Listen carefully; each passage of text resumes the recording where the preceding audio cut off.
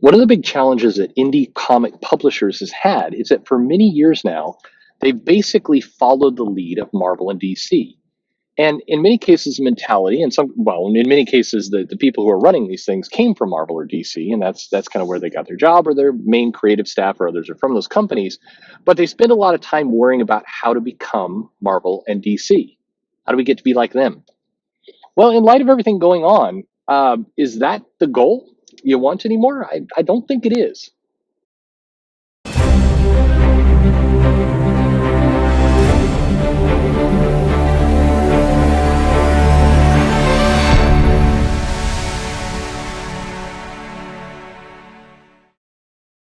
Hey, everybody, this is Perch. Really quick, two different paths here to take. One is very quick, it's financial, and one is kind of growth of company. And those are related, but you'll see why I'm making the distinction.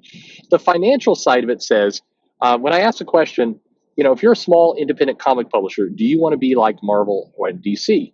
Well, I mean, in terms of getting yourself bought by a giant corporation and you being the kind of the CEO or president of this small comic company, getting a huge multi-million dollar payout and buying that new house, hell yeah, that's what you want. Of course, that's what you want.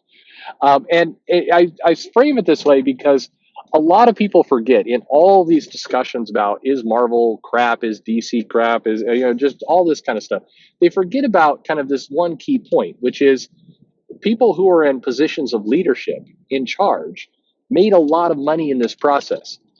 There's a reason why if you go to Joe Quesada's net worth and it's in the eight-figure territory, it's not because he sold a ton of commissions. It's not because on the weekends he's drawing pictures of Daredevil and he's selling them at $100 a pop and he's just really successful at that. It's because he got some really nice paid from Disney to be in that role. It is that's the game. And so when we talk about who's this good for, who's this not good for, I mean, even people who are recently let go in the DC layoffs, people at that senior executive level were doing very well. They had very generous six-figure salaries. They were doing fine. And not saying that that means we shouldn't have any sympathy for their situation. It's just they're in a different place than, say, the editor in New York City who's making 32,000 a year without a raise. That those are two different things. By the way, I just want to point this out there because it's one of these.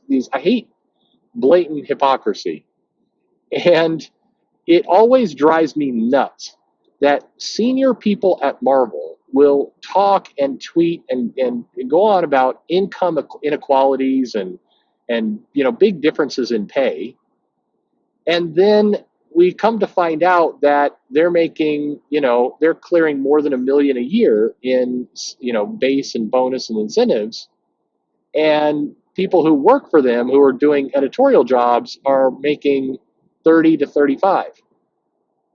I mean, that's a bit of a bit of an equity there between the two. So please don't lecture us about how kind of the rich are taking advantage of the poor and everything else when you're one of the rich. Like, I mean, I'm just saying you don't have a leg to stand on. I think, and it makes me a little nuts when I see that, especially from people who should know. And by the way, I hear from time to time. I've gone way off track, but I've heard from time to time executives going, well, how am I supposed to know what these lower level positions get paid? I mean, you're in charge. Yeah, you should know. You you should know. I have, I've worked in some big companies. I've of course run the shop. I've done consulting. I've done all kinds of things, and I typically know what people are making. And I'm not a super spy. It's out there. You can't express ignorance. The fact that you're got your seven-figure salary, and you got a bunch of people working for you that are living under the poverty line in New York. I mean, come on, just come on. That does not pass any sniff test, any of the tests. But at any rate, the point of this, where we started with all this was, um, in comics. If you're an indie comic company, do you want to be like the big two? Do you want to, as you're steering your company, I think that a lot of them would look at what the world moved by what Marvel and DC did. Are they doing a variant program? Well, we have to do a variant program. Are they shipping monthly at this page count? Well, we have to do that. Are they kind of making the penciler and the inker the same? Well, we have to do that too. And I think in many cases, this has been to the severe detriment of the indies. It's forced them to play the game like Marvel and DC, which I think on two hands is unfair. One, they don't have the resources, the money, the history, the backing, the IP that's well known around the world. So it's a little bit like you're selling apples and your competitor is selling steak, and you're trying to sell the apples the way the steak vendor is selling the steak. It's a different, even though they're both comics, it's a fundamentally different product. And I think it's a trap to try and sell it their way because they have all the advantages. I think that's problem number one. I think problem number two is a little bit more unique, and that is many companies that get to be big businesses, incumbents is what they call them. If they're incumbents in business, typically they move into a legacy protection strategy. And what I mean by that is their primary goal is to protect what they've built, not necessarily innovate, not necessarily disrupt, not necessarily come out with a product that's really going to be new for the marketplace. Their goal is to protect the capital that they've raised. So if you're an indie comic company, you don't have that bankroll, you don't have that legacy. Your goal should not be to try and shoehorn a legacy together as fast as you can. Your goal should be to provide sustaining business, and that's a different game than chasing what Marvel and DC does. So if you're Marvel or DC, and your business moves and your publishing strategy and your pricing, everything that you're doing is all about protecting what you've got, that doesn't work for somebody new trying to disrupt the market. Independent comic companies should feel very, very free to do whatever they want with digital, with pricing, with publishing format, with page count, with frequency of comics coming out. I mean, everything.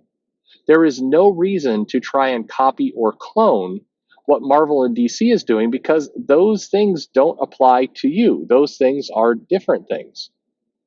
And I think that's it's an interesting challenge that a lot of companies have because the only template they know is what the big two are doing. They don't have enough money to really kind of shoot for the moon and try something truly disruptive. If it doesn't work, then they lose everything.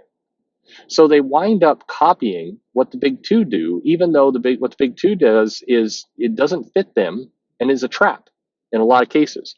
Now, I'll give you some examples here. I think Valiant, in many cases, and IDW have kind of done a combo of trying to create a Netflix-friendly entertainment business and simultaneously copy Marvel and DC. I think that's been their approach.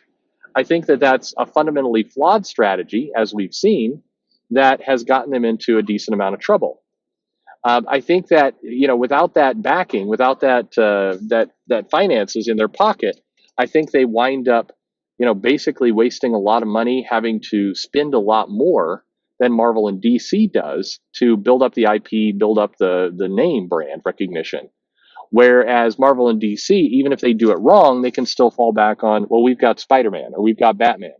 I mean, look at Batman as an example. DC has made some great moves and some truly boneheaded moves with Batman as a character. They've done, I would say, IP destroying actions where Batman is concerned. But it doesn't really matter because the second you get a hot writer or hot artist or hot team on Batman, it sells because everybody loves Batman. They can put out bad movies for that matter, and people will come back because it's Batman. Spider-Man's another great example. I mean, the Andrew Garfield Spider-Man was not that well received, and what do? I mean, screw it, we just do a new Spider-Man, and Tom Holland, sure, and people just come back because it's Spider-Man. They don't care that much. They care enough to not support a bad thing, but they don't care so much that they'll stop supporting that bad thing forever. They're willing to give it another chance. Now, you take the properties at Valiant, say Exo Manowar and some of these other titles. I mean, there's no chance that they're going to have that same game played. If you lose them for good. So I can go through a million other ways that the strategies and the company and the makeup is just fundamentally different. And I mean, it just is what it is. It's different. So trying to play the game the same way is a mistake. It's almost ensuring defeat because you have way more obstacles than the big two. So what do the independent companies do? How do they combat this? Well, simple.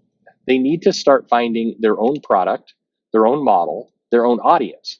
It's time to really get in touch with who is your core audience and actually stop trying to invent one that may not exist. I think it's great that you come out and say, we're going to tap into this market.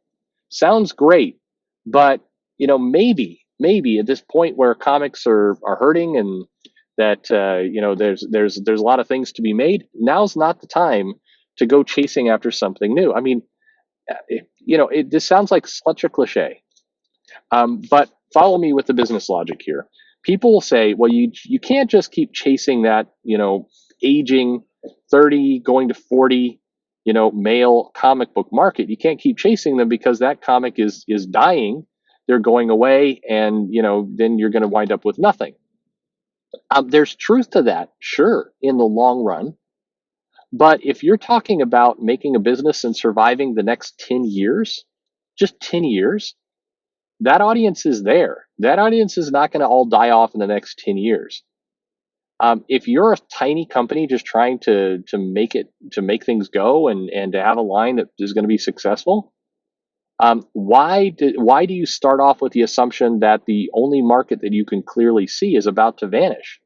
Now, that's what Marvel and DC are doing, but again, they're playing the long game. They've got the finances and the bankroll, and even despite everything that's going on, DC could just stop publishing comics for, a year, and they would be okay. They could start publishing comics again, and people would show up and start buying Batman. That's just kind of how their business operates right now. Would that be good? Would it be devastating? I mean, of course, people will show up in the comments like, "Oh my God, what are you suggesting? This would kill everything." It wouldn't be good. I'm not saying, "Hey, yeah, let's do this." I'm just saying that Batman could take a year off, come back, and sell. Whereas, indie comic company can't just, they don't have the finances, the bankroll, anything to just take a year off and everything would be fine. That world does not exist for them. And none of what I'm saying is particularly controversial or insightful. It's just common sense. They've got cash. So if you're an indie company, I urge you, have your own strategy. Don't chase Marvel and DC, especially with everything going on. Clearly, their strategy, their entire way of doing things has serious flaws in it. So make your own way. It's a far more likely that you're going to be successful if you do. But what do you think? Tell me where I'm wrong. Leave me a comment below. Like, subscribe, follow me on social media, send me an email. Most importantly, though, thanks for listening.